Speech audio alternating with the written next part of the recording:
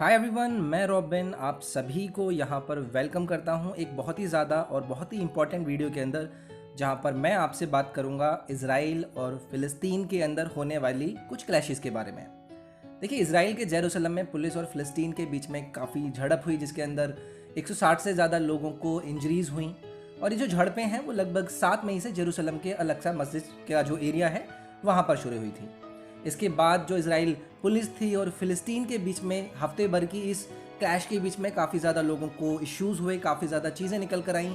और इस पूरे इशू की वजह से पूरे विश्व में एक अलग प्रतिक्रिया निकल कर आ रही है कि क्या ये एक्शन फ़िलिस्तीन और इज़राइल के बीच में वाले क्लैश के अंदर इज़राइल पुलिस का सही था या नहीं था। तो इस पूरी वीडियो में हम यही जानेंगे कि एक्चुअली में ये इशू क्या है, हिस्ट्री जानने की कोशिश करेंगे इज़राइल और फ़लस्तीन की। This part will be presented by me, my name is robin. तो चलिए हम अपनी वीडियो को स्टार्ट करते हैं। तो देखिए, आप इस वीडियो में फ़ोटो में देख पाएंगे कि अल अक्सा मस्जिद का इस्लाम में सबसे जो पवित्र स्थानों में से सबसे तीसरे नंबर पर आता है। पहला और दूसरे में आपका मक्का मदीना, और तीसरा जो सबसे पवित्र स्थान है इस्लाम धर्म में वो आता है आपका अल अक्सा मस्जिद। यहूदियों के लिए भी ये जो साइट है ये काफ़ी इंपॉर्टेंट है। इसके अलावा रमज़ान का महीना आप सभी को पता है कि रमज़ान का महीना आप सभी का यहाँ पर चल रहा है, जिसकी वजह से मस्जिद में 7 मई के आसपास रमज़ान के आखिरी शुक्रवार को काफ़ी भीड़ थी। कुछ रिपोर्टों से ये पता लगाया गया कि जो इज़राइल की पुलिस है उनके ऊपर पत्थर, बोतल और पटाखे फोड़े गए, जबकि पुलिस ने भी जो भीड़ थी वहाँ पर उनके ऊपर रबर बुलेट्स और स्टन ग्रेनेड्स फेंके। तो देखिए, अगर मैं यहाँ पर आपसे और इसके बारे में बात करूँ, जो पूर्वी जेरूसलम का अक्सा, अल अक्सा और बाकी जगहों पर कम से कम ये जो क्लैश है वो इस तरीके से हुआ कि लगभग 163 फिलिस्तीनी और 6 इजराइल ऑफिसर यहाँ पर घायल हुए। फिलिस्तीन रेड क्रॉसेट का कहना है कि इसके एक फील्ड अपना अलग हॉस्पिटल खोला गया है, क्योंकि वहाँ पर जो मेनली इमरजेंसी रूम है वो भरे हुए हैं। काफ़ी ज़्यादा इंटरनेशनली इसका यहाँ पर प्रतिक्रियाएँ देखने के लिए मिली। यहाँ पर टर्की ने भी कंडेम किया इजराइल की पुलिस के द्वारा किया गया ये एक्ट कि भाई इस तरीके से आप किसी भी रिलीजियस जगह पर जाकर इस तरीके का एक्शन नहीं ले सकते। बातें दोनों तरफ से ही निकल कर आई कि पहले वहाँ पर कुछ जवान लोगों ने वहाँ पर पुलिस को भड़काया, कुछ इस तरीके की चीज़ें हुई, और फिर उसके बाद जिस तरीके का एक्शन वहाँ पर इजराइल की पुलिस ने लिया वो सही था गलत था, इसके बारे में लोग अलग अलग प्रतिक्रिया दे रहे हैं। इवन ईरान के जो लीडर हैं उन्होंने भी ये बोला कि इजराइल तो अपने आप में एक कंट्री ही नहीं होनी चाहिए, उसको तो एक टेररिस्ट बेस घोषित कर देना चाहिए। तो देखिए, अलग अलग जो पॉलिटिकल लीडर्स हैं, अलग अलग जो इस्लामिस्ट देश हैं, इवन पाकिस्तान से भी इसकी प्रतिक्रिया निकल कर आई है। और ऐसा ही नहीं कि सिर्फ इस्लामिक देश इस बात को कंडेम कर रहे हैं, इवन यूरोपियन कंट्रीज़ काफ़ी ज़्यादा इस बात को यहाँ पर क्लैश होने की बात में अपना इश्यू जाहिर कर रहे हैं, अपनी बातों को आगे रख रहे हैं।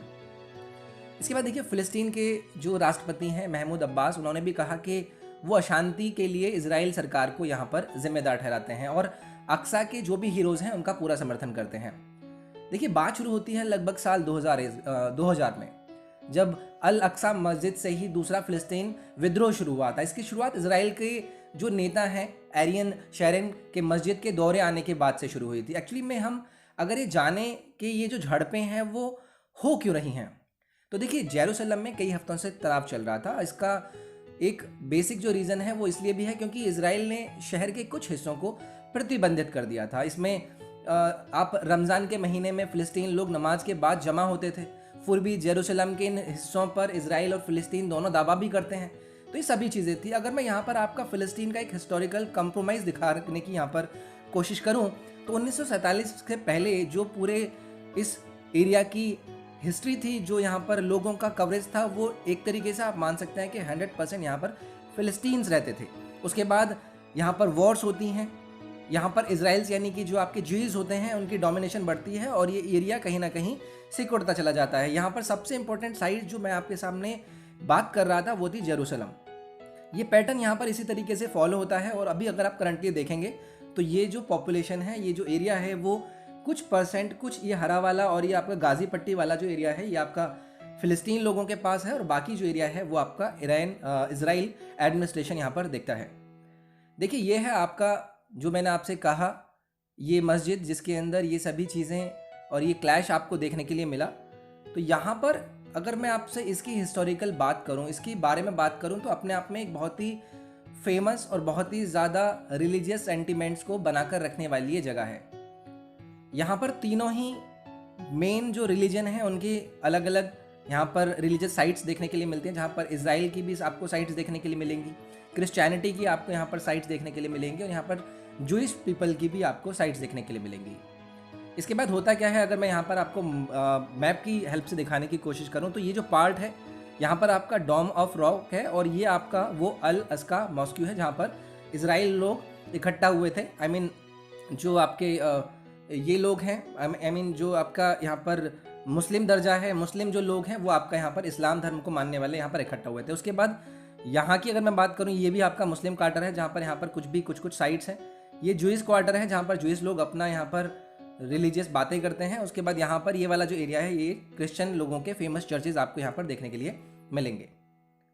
इसके बाद अगर मैं आगे बढ़ता हूँ तो हम ये देखते हैं कि इजराइल की पुलिस के इस एक्शन के बाद अलग अलग देशों से लोगों की प्रतिक्रिया आनी शुरू हो गई।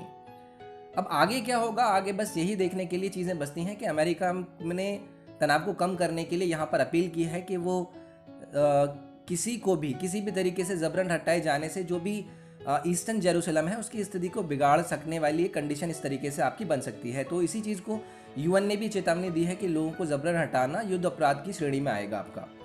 तो इसी चीज़ को कंसिडर करते हुए हर देश ये कोशिश कर रहा है कि यहाँ पर फ़िलिस्तीन और इजराइल दोनों की जो सरकारें हैं उनको एक सिंगल टेबल पर लाने की कोशिश करी जाए और वहाँ पर बातों को एक वार्तालाप के जरिए से वहाँ पर हल निकालने की कोशिश करी जाए।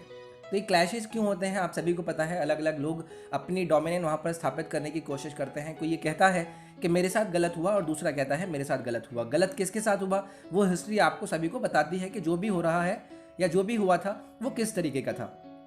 पहले किस तरीके से यहाँ से यहूदियों का नाम एकदम मिटा दिया, उसके बाद जब यहाँ पर वॉर के बाद सरकारें यहाँ पर सेटअप होने लगीं, वॉर के बाद जब ये पूरा आश्वासन दे दिया गया कि हम यहाँ यहूदियों को जगहें देंगे, उनको रुकने का, उनको ज़मीन प्रदान करेंगे, लेकिन ऐसा कभी हुआ नहीं। लेकिन उसके बाद चीज़ें जिस तरीके से इजराइल ने अपने हक में करी, काफ़ी ज़्यादा वहाँ पर युद्ध हुए, अलग अलग तरीके के युद्ध होकर वहाँ पर किस तरीके से जो एरिया कवरेज है वो अभी फ़िलहाल में बदल चुका है।